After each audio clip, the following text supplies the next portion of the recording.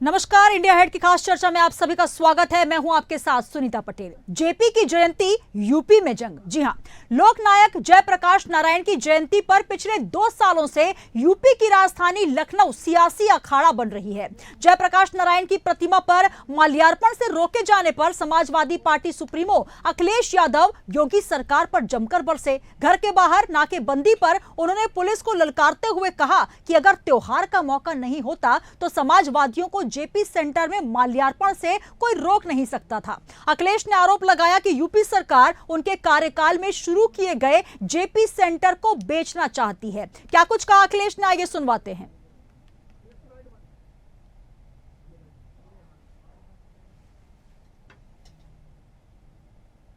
अगर जय प्लस सुरक्षा में हमें खतरा है तो हमें सुरक्षा के साथ ले जाना चाहिए था। ये जो सुरक्षा हमें रोकने में लगाई है, यही सुरक्षा दी जा सकती थी वहां पहुंचाने में। और सफाई से लेकर के उसकी देखभाल का इंतजाम किसी का था तो सरकार का था। इन भारतीय जनता पार्टी के हाथों में विनाशकारी रेखा है। इनके चेहरे पे विनाशकारी भाव दिखाई देता है। ये विनाशकारी लोग हैं, कभी बना नहीं सकते हैं, बिगाड़ सकते हैं। इनका चेहरा देखो, इनका भाव विनाशकारी है, इसीलिए हम लोगों को रोकने का काम कर रहे हैं लोग। अगर जय प्लस सुरक्षा में हमें खतरा है तो हमें तो पुलिस ने अखिलेश को रोकने के लिए उनके घर के बाहर नाकाबंदी कर दी। सपा नेताओं ने इस पर जमकर हंगामा किया, बैरिकेडिंग को तोड़ने की कोशिश की, लेकिन आखिरकार अखिलेश के घर के बाहर ही जेपी की मूर्ति लाकर उस पर माल्यार्पण किया गया।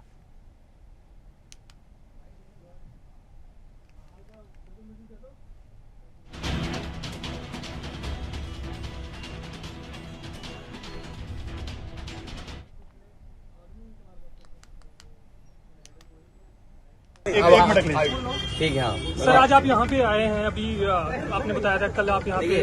अब जाने से पहले टीन शेड लगा दिए गए हैं। यहाँ लिखा गया है कि ये निर्माण अभी कंस्ट्रक्शन में है। देखिए, ये टीन शेड लगा करके सरकार कुछ तो छिपाना चाहती होगी। टीन शेड आखिरकार क्यों?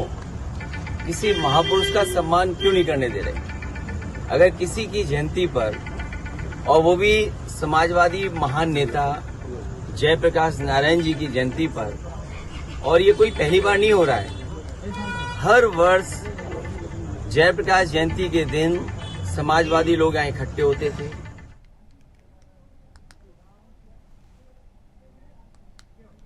तो इस मौके पर अखिलेश यादव ने बिहार के सीएम नीतीश कुमार से भी अपील की कि वो नरेंद्र मोदी सरकार से अपना समर्थन वापस ले लें। अखिलेश ने यह भी कहा कि नीतीश कुमार भी जेपी आंदोलन से ही निकले हैं और वो ये देखें कि कैसे बीजेपी सरकार जेपी को श्रद्धांजलि नहीं देने दे रही। क्या बिगड़ जाता? सारे लोग समाजवादी लोग सरकार में हैं, जो सरकार को चलवा रहे हैं। बिहार के मुख्यमंत्री जी भी हैं समय समय पर। जननायक जयप्रकाश जी, उनके बारे में, वो उन्हीं के आंदोलन से वो निकले हैं। ये मौका मिला है उन्हें भी। ऐसी सरकार जो समाजवादियों को जयप्रकाश जयंती के दिन याद नहीं करने दे रही है, उस सरकार से समर्थन वापस ले लें।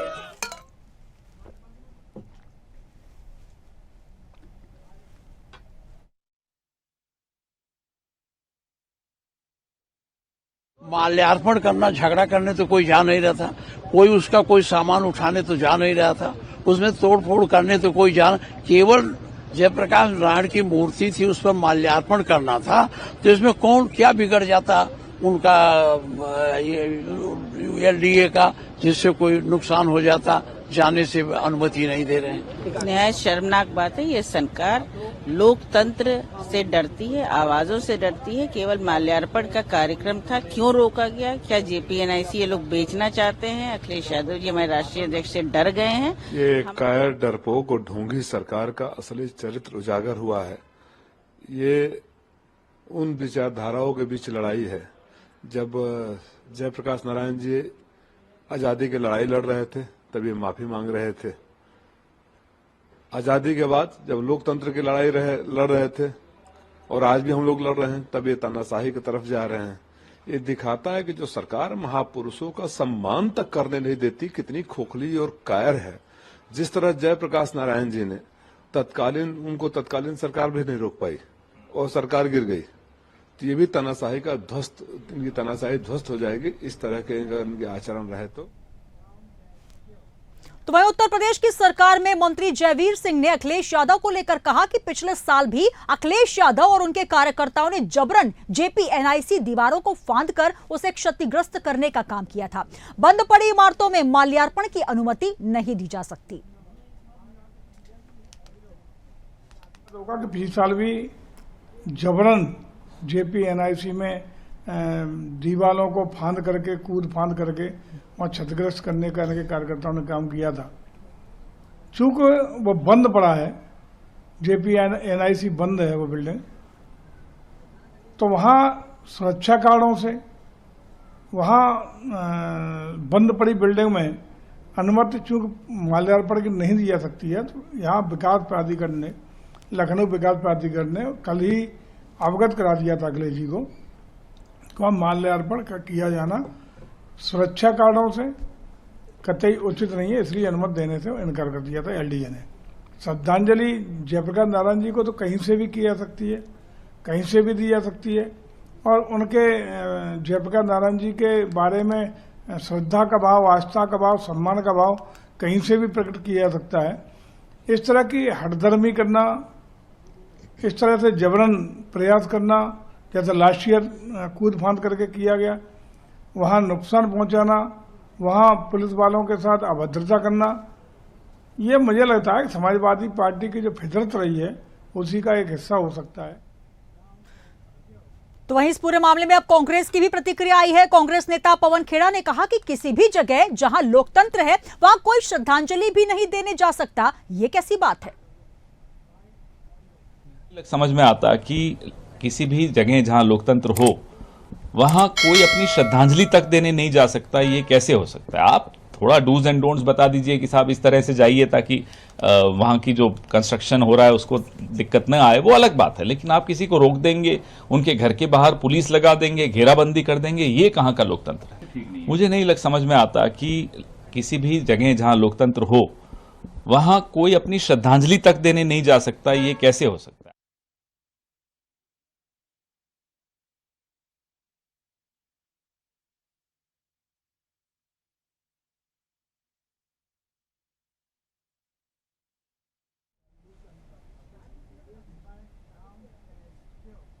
तो आइए अब आपको ग्राफिक्स के जरिए दिखाते हैं क्या कुछ है पूरा विवाद, इस पूरे मामले के पीछे क्या कुछ मामला है, क्योंकि लगातार इस मामले में अब विवाद गहरा रहा है। जेपी सेंटर निर्माण और विवाद। जेपी एनआईसी अखिलेश यादव की सरकार का ड्रीम प्रोजेक्ट था। इसे दिल्ली स्थित इंडिया हैबिटेट सेंटर की तरह बनाया जाना था। इसका निर्माण 2013 में सपा सरकार में शुरू हुआ था। साल 2016 तक इस परियोजना पर 813 करोड़ रुपए खर्च हुए।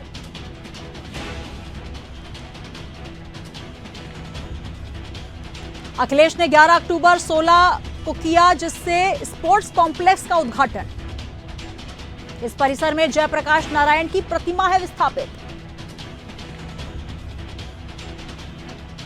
इस परिसर का तकरीबन 80 तक निर्माण 2017 तक पूरा हो चुका है। लेकिन योगी सरकार आने के बाद इमारत पर काम बंद कर दिया गया। सपा का आरोप, बीजेपी सरकार जेपी एनआईसी को बेचना चाहती है।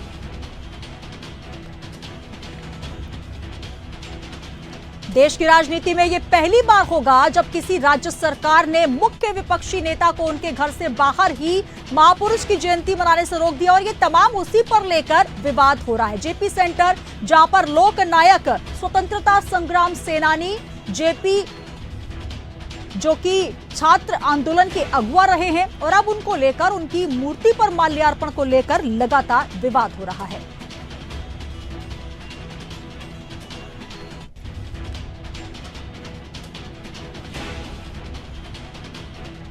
तो लगातार आपको ग्राफिक्स के जरिए दिखा रहे हैं कि आखिर किस तरीके से ये विवाद उपजा। जेपी सेंटर निर्माण से लेकर विवाद तक पिछले 2 सालों से लगातार इसको लेकर सियासी अखाड़ा बना हुआ है।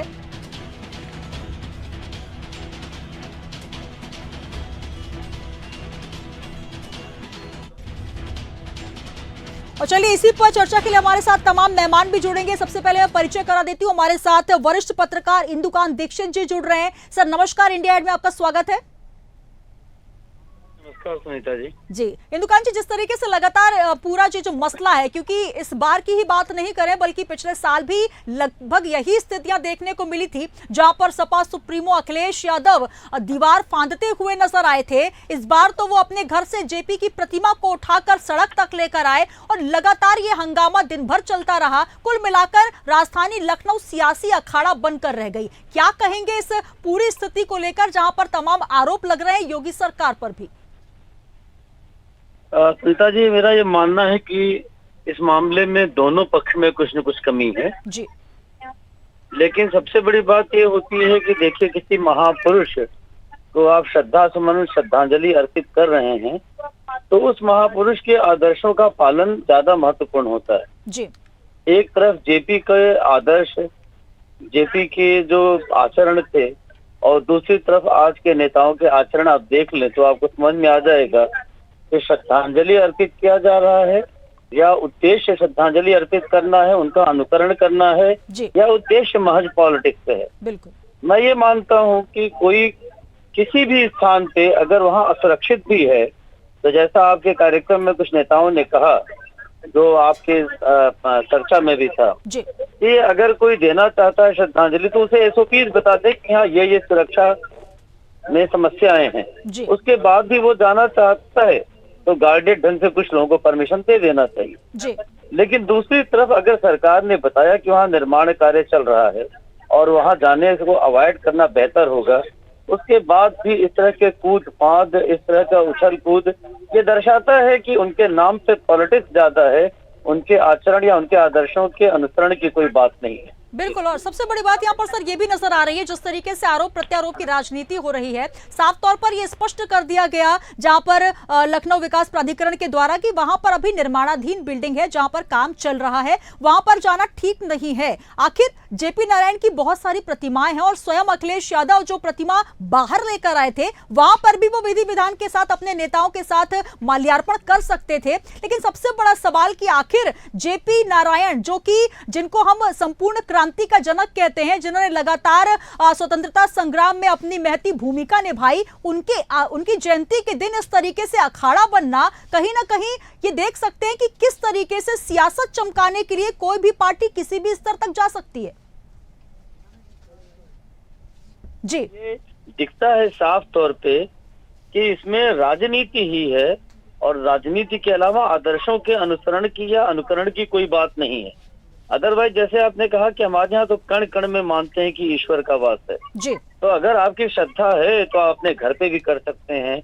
आप मूर्ति लेकर के आए, आपके पास कितनी तरह की बिल्डिंगें आप समाजवादी पार्टी ने अपने शासनकाल में जनेश्वर मिश्रा के नाम पे और तमाम समाजवादियों के नाम पे बना रखे हैं, वहाँ पे भी श्रद्धांजलि सभा कर सकते थे।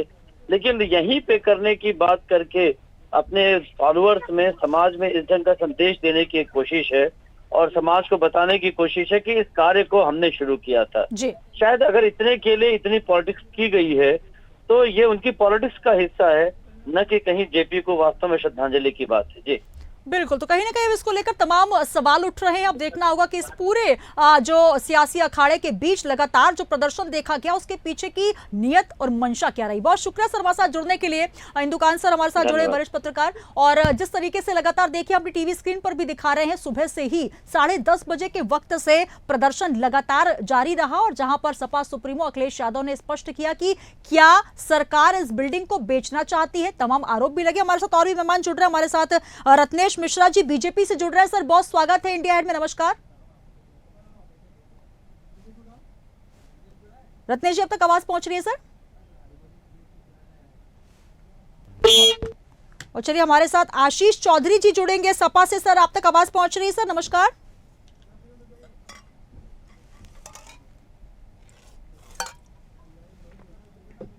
तो चलिए लगातार हमारे मेहमान भी हमारे साथ जुड़ेंगे। उस बीच आपको ये तमाम तस्वीरें दिखा रहे हैं जो कि लगातार सुबह से तमाम टीवी स्क्रीन पर नजर आ रही है। देखिए, जहां पर सपा के नेता कार्यकर्ता सड़कों पर लौटते नजर आए। मुद्दा यह था कि उन्हें जयप्रकाश नारायण जी की जयंती के अवसर पर JPNIC पहुंचना था। JPNIC वो निर्माणाधीन बिल्डिंग है जो कि सपा के कार्यकाल में जिसका इनॉग्रेशन किया था सपा सुप्रीमो अखिलेश यादव ने। और लगातार अब इस मामले को लेकर भी सवाल उठ रहे हैं कि आखिर इतने लंबे समय तक, लगभग 7 वर्ष का समय हो चुका है और अभी तक इस बिल्डिंग का निर्माण नहीं हुआ। लगभग 850 करोड़ रुपए इस परियोजना में खर्च हो चुके हैं और अभी लंबे लंबे टीन शेड्स के साथ, ऊंचे ऊंचे टीन शेड्स के साथ बिल्डिंग को कवर करके रखा गया है। और ये रात की तस्वीरें भी हम आपको दिखा रहे हैं जब अखिलेश यादव पहुंचे JPNIC और उन्होंने वहां पर प्रतिमा के ऊपर माल्यार्पण का प्रयास करने की कोशिश की। लेकिन देखिए वहां पर तस्वीरें जहां पर लखनऊ विकास प्राधिकरण के द्वारा उस गैलरी को भी ढक दिया गया जहां पर पिछले साल 2023 में अखिलेश यादव दीवार फांदते नजर आए थे। वो तस्वीरें भी हमने आपको दिखाई थी और अब टीन शेड लगाते हुए वहां पर कारीगर नजर आए जो कि कई सवाल भी खड़े कर रहे हैं। लेकिन सवाल कहीं ना कहीं योगी सरकार और अखिलेश यादव पर भी उठ रहे हैं कि क्या उसी जगह पर माल्यार्पण करना चाहिए। और सबसे बड़ी सवाल ये कि आखिर जब वहां पर माल्यार्पण करने की बात हुई थी तो वहां पर साफ सफाई क्यों नहीं हुई। तमाम तरीके के इसको लेकर अब सियासत देखी जा रही है।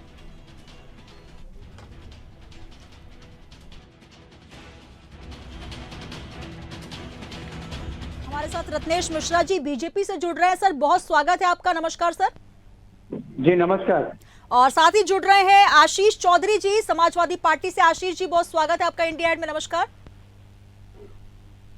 आशीष जी, अब तक आवाज पहुंच रही सर? चलिए, सबसे पहले मैं सवाल ले लेती हूँ। रत्नेश मिश्रा जी हमारे साथ बीजेपी से हैं, तब तक आशीष जी भी जुड़ जाएंगे। रत्नेश जी, जो तस्वीरें हैं इनको देखकर क्या कहेंगे? आज का दिन बहुत खास क्योंकि आज उस जननायक, लोकनायक की जयंती है जिन्होंने संपूर्ण क्रांति का नारा दिया, जो कि स्वतंत्रता संग्राम सेनानी रहे, जो छात्र आंदोलन के अगुआ रहे। आज उनकी जयंती पर जहां पर माल्यार्पण की सुंदर तस्वीरें आनी चाहिए थी, वहां प्रदर्शन से पटी हुई तस्वीरें, क्या कहेंगे आप? देखिए सुनीता जी, आपको और सभी साथी पैनलिस्ट को और देश की जनता को मेरी तरफ से जी। देखिए सुनीता जी, किसी महापुरुष को श्रद्धांजलि देना और किसी महापुरुष के नाम पे आके राजनीतिक नौटंकी करना, दोनों चीजों में बड़ा अंतर होता है। जी। JP जी जाने जाते हैं कांग्रेस के संविधान विरोधी रवैये का विरोध करने के लिए। जी। JP जी जाने जाते हैं कांग्रेस के और इंदिरा गांधी के तानाशाही रवैये का विरोध करने के लिए। जी।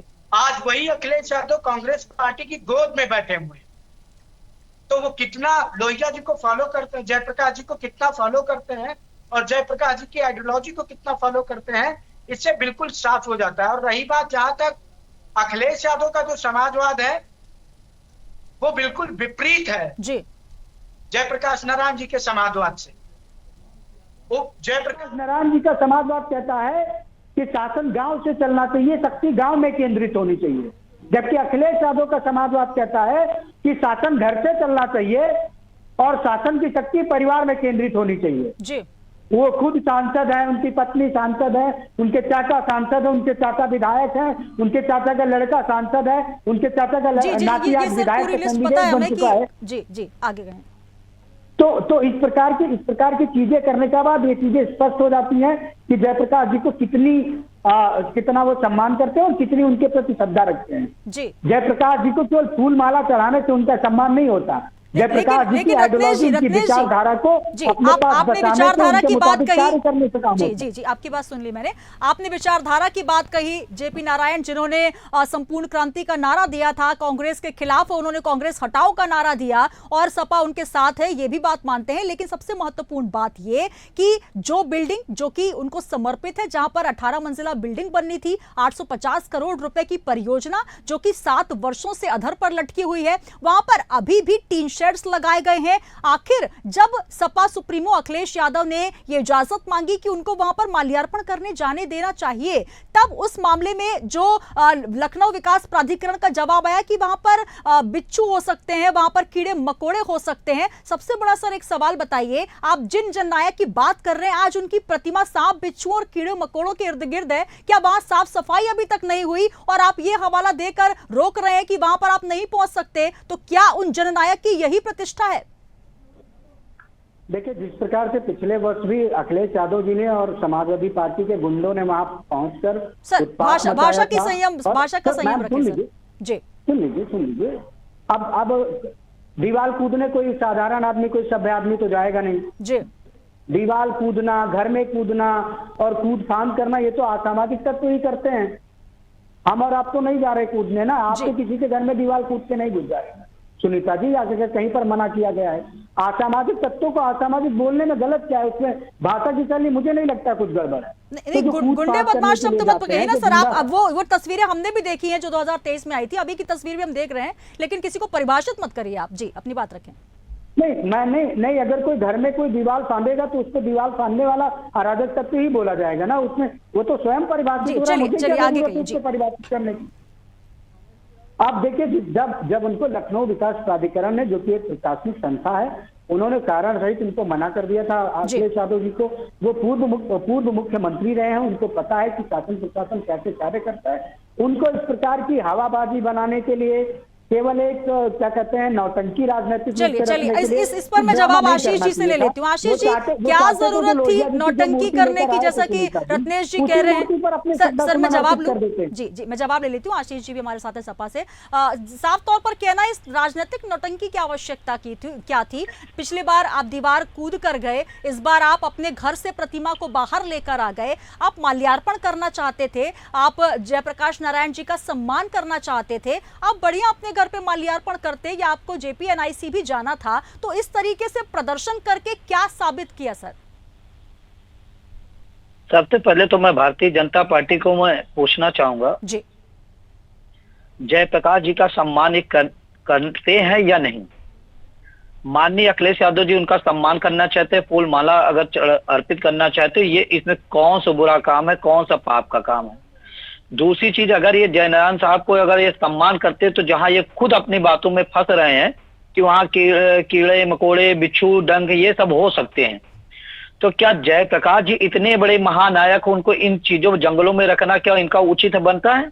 आशीष जी, निर्माणाधीन बिल्डिंग है सर, वो निर्माणाधीन बिल्डिंग कुछ भी हो, सांप बिच्छू की नहीं, उसमें बता रहे हैं सांप बिच्छू, ये इनका जो शब्द पूरी तरीके से गलत है जी। जो बहुमंजिला मकान बननी थी, कितने सालों से बन रही है, भी बना नहीं पाए। रही ये समाजवादी पार्टी सम्मान की, ये घरों में वो बाउंड्री तोड़ के घुसते हैं। समाजवादी पार्टी ऐसी नहीं कि किसानों की अगर धरना प्रदर्शन चल रहा तो उनके ऊपर गाड़ियां चढ़ा दें।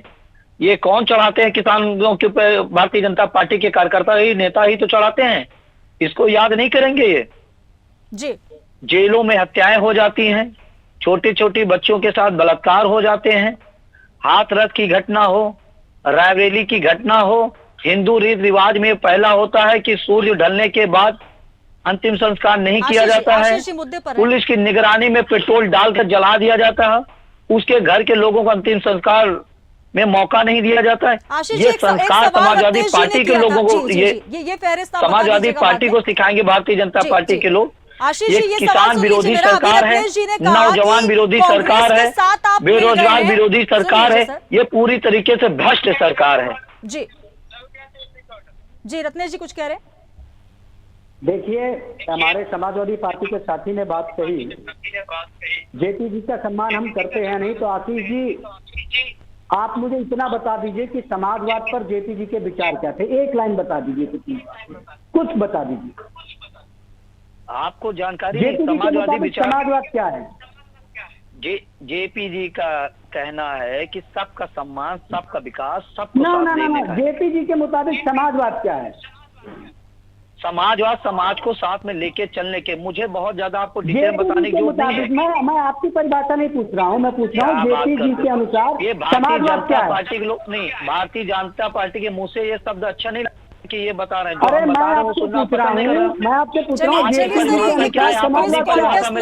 रत्नेश जी, हालांकि जिस मुखिया के विषय में, जिस जननायक के विषय में आप बात कर रहे हैं उनके विषय में, जी मैं समझ रही हूँ सर, सुनीता जी, मैंने शुरुआत में इलाज मुफ्त हो, समाजवादी पार्टी की ये विचारधारा है। किसानों को दो आशीष जी वही तो पूछ रहे हैं रत्नेश जी, विचारधारा पे चलने की आप बात कर रहे हैं तो विचारधारा बताइए ना सर, क्या विचारधारा है? आखिर क्यों उन्होंने संपूर्ण क्रांति का नारा दिया था, जरा वो भी बता दीजिए, जिसके विरोध में आप खड़े हुए हैं। मुझे इतना बता दीजिए। मैंने अभी क्या बताया? भारतीय जनता पार्टी नहीं है, ये समाजवादी पार्टी विचारधारा है। जेपी जी समाजवादी सारे समाज को एक साथ लेने की विचारधारा। समय की कमी है, हम संक्षिप्त में बात करेंगे। चलिए आशीष जी, रत्नेश जी, देखिए जो तस्वीरें आज निकल कर आई है, कहीं ना कहीं देखिए जहां पर ये सवाल उठ रहे हैं कि क्या माल्यार्पण करने जाने के लिए अगर कोई अनुमति मांगता है, अगर आपने और लखनऊ विकास प्राधिकरण की तरफ से ये कहा गया कि वहां पर सांप बिच्छू कीड़े मकोड़े हो सकते हैं, तो सबसे बड़ा सवाल कि इतने लंबे समय से वहां पर अभी तक बिल्डिंग निर्माणाधीन क्यों है? आप जिनकी विचारधारा की बात कर रहे हैं, आपने उनको अंधेरे में, गर्त में एक ऐसी बिल्डिंग के अंदर रखा है जिसको आपको टीन शेड से कवर करवाना पड़ा। सवाल तो आप पर भी उठते हैं ना सर? मैं जवाब दे देता हूँ, सुनीता जी प्लीज जवाब दे।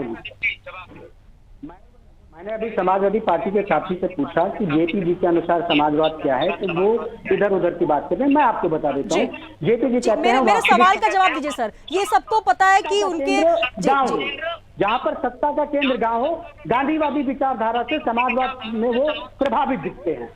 ये उनकी समाजवाद की परिभाषा थी, एक लाइन। दूसरी जो इन्होंने समाजवादी पार्टी के साथी ने बात कही कि प्रदेश में बच्चियों के साथ बलात्कार होते हैं, लेकिन दुख की बात है कि रत्नेश जी देखिए वही मत कीजिए जो आशीष जी कर रहे हैं। मैंने आपसे एक सवाल पूछा है कि जिस जननायक की परिभाषा की आप बात कर रहे हैं, सवाल पे आ जाते हैं। सुनीता जी आपके सवाल जी।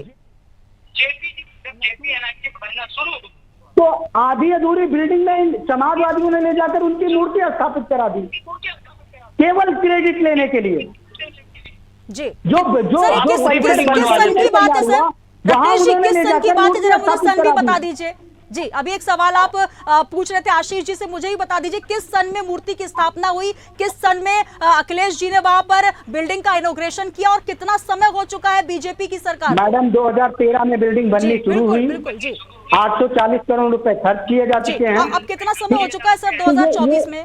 ये डेटा देखिए, डेटा सुनीता जी आपकी पीसीआर टीम जानती है कि मैं बिना तैयारी के शुरुआत आपने की है सर। बिल्कुल देखिए मैं सिर्फ इस बात पे आना चाह रही हूँ, मेरी बात सुन लीजिए रत्नेश जी, मैं सिर्फ इस बात पे आना चाह रही हूँ कि जिस जननायक की आप बात कर रहे हैं, जिस जननायक की सपा से आशीष जी बात कर रहे हैं, आखिर उनका सम्मान इस तरीके से, जहां पर एक तरफ बीजेपी सरकार में वो एक कोने में पड़े हुए हैं, टिन शेड की ऊंची वहां पर दीवारें खड़ी कर दी हैं, तो वहीं पर अखिलेश जी अपनी घर की तस्वीर को लाकर, मूर्ति को लाकर रोड पर लाते हैं, प्रदर्शन करते हैं। सर ये जननायक की स्थिति। मैं देखिए सुनीता जी, अगर आपका सवाल मेरा है, आपका सवाल है जी, जब समाजवादी कितना सम्मान करती है इनको पता है। 2013 में किसी ने उसको मूर्ति का अनावरण करने के लिए अगर वो इतना बजट पास किया तो समाजवादी पार्टी की देन। अगर भारतीय जनता पार्टी अगर इतनी मेहरबान थी तो वो अब तक बिल्डिंग खड़ी कर देती है। वो नहीं चाहते कि समाजवादी पार्टी कोई भी अगर स्कीम लॉन्च हुई हो तो उसको पूरा किया जाए। चलिए सर समय की कमी है, लेकिन सबसे बड़ा सवाल ये, बहुत शुक्रिया हमारे साथ जुड़ने के लिए आशीष जी, आपका ही बहुत शुक्रिया। लेकिन सबसे बड़ा सवाल ये कि जिस तरीके से लोक जननायक जो कि एक स्वतंत्रता संग्राम सेनानी रहे हैं, जिन्होंने छात्र आंदोलन की अगुवाई की है, जिन्होंने हमें हिंदुस्तान की इस आजाद फिजा में सांस लेने के लिए एक बहुत महत्वपूर्ण योगदान दिया, आज आप मेरे पीछे वो तस्वीरें देख रहे हैं जहां पर प्रदर्शन हो रहा है, जहां पर बीजेपी सपा पर आरोप लगा रही है, सपा बीजेपी पर। लेकिन सबसे बड़ा सवाल ये कि क्या उनकी विचारधारा पर कौन चल रहा है, ये अपने आप से पूछना बेहद जरूरी है। बने रहिए इंडिया के साथ।